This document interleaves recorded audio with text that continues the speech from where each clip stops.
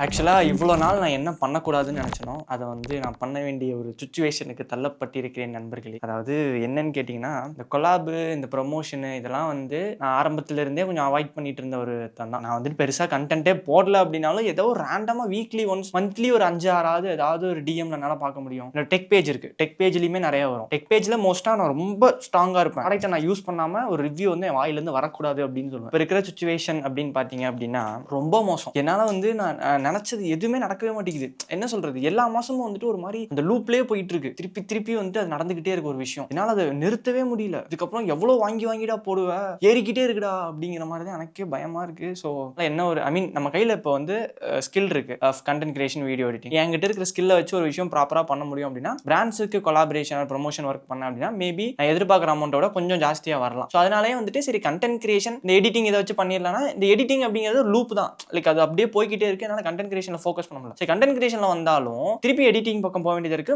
Personal கமிட்மெண்ட்டுக்காக. ஏன்னா இவ்வளோ look வந்து ஓவரால் குவாலிட்டியை வந்து இம்ப்ரூவ் பண்ணிருக்கோம், அதுக்கு அவ்வளோ இன்வெஸ்ட்மெண்ட் இருக்கு. ஸோ அதுக்கு மந்த்லிக்கான கமிட்மெண்ட் வந்து பயங்கரமா போயிட்டு இருக்கு. அதாவது என்ன சொல்றது, என்னால் வந்து சொல்ல முடியல. ஒரு மாதிரி இங்கே ஜாலியாக சிரிச்சு பேசிட்டு இருக்கேன், உள்ளுக்குள்ள அப்படி இல்லை நண்பர்களே. ஸோ அதனால தான் கடைசியில் வந்துட்டு பல நாள் திங்கிங் அப்புறம் சரி இது கொஞ்ச நாள் கொஞ்சம் பார்த்து ஏதாவது பண்ணி விட்றா அப்படின்னு சொல்லிட்டு எனக்கு தோணுச்சு. லைக் இந்த லக்கி பாஸ்கர்ல ஒரு டைலாக் இருக்கும், அதாவது எவ்வளோ நல்லா ஆடணுங்கிறது முக்கியம் இல்லை, என்ன சொல்லுவானே, இப்போ கூட பார்த்துட்டு தான் இருந்தேன், வரேன்னு சொல்லுங்க.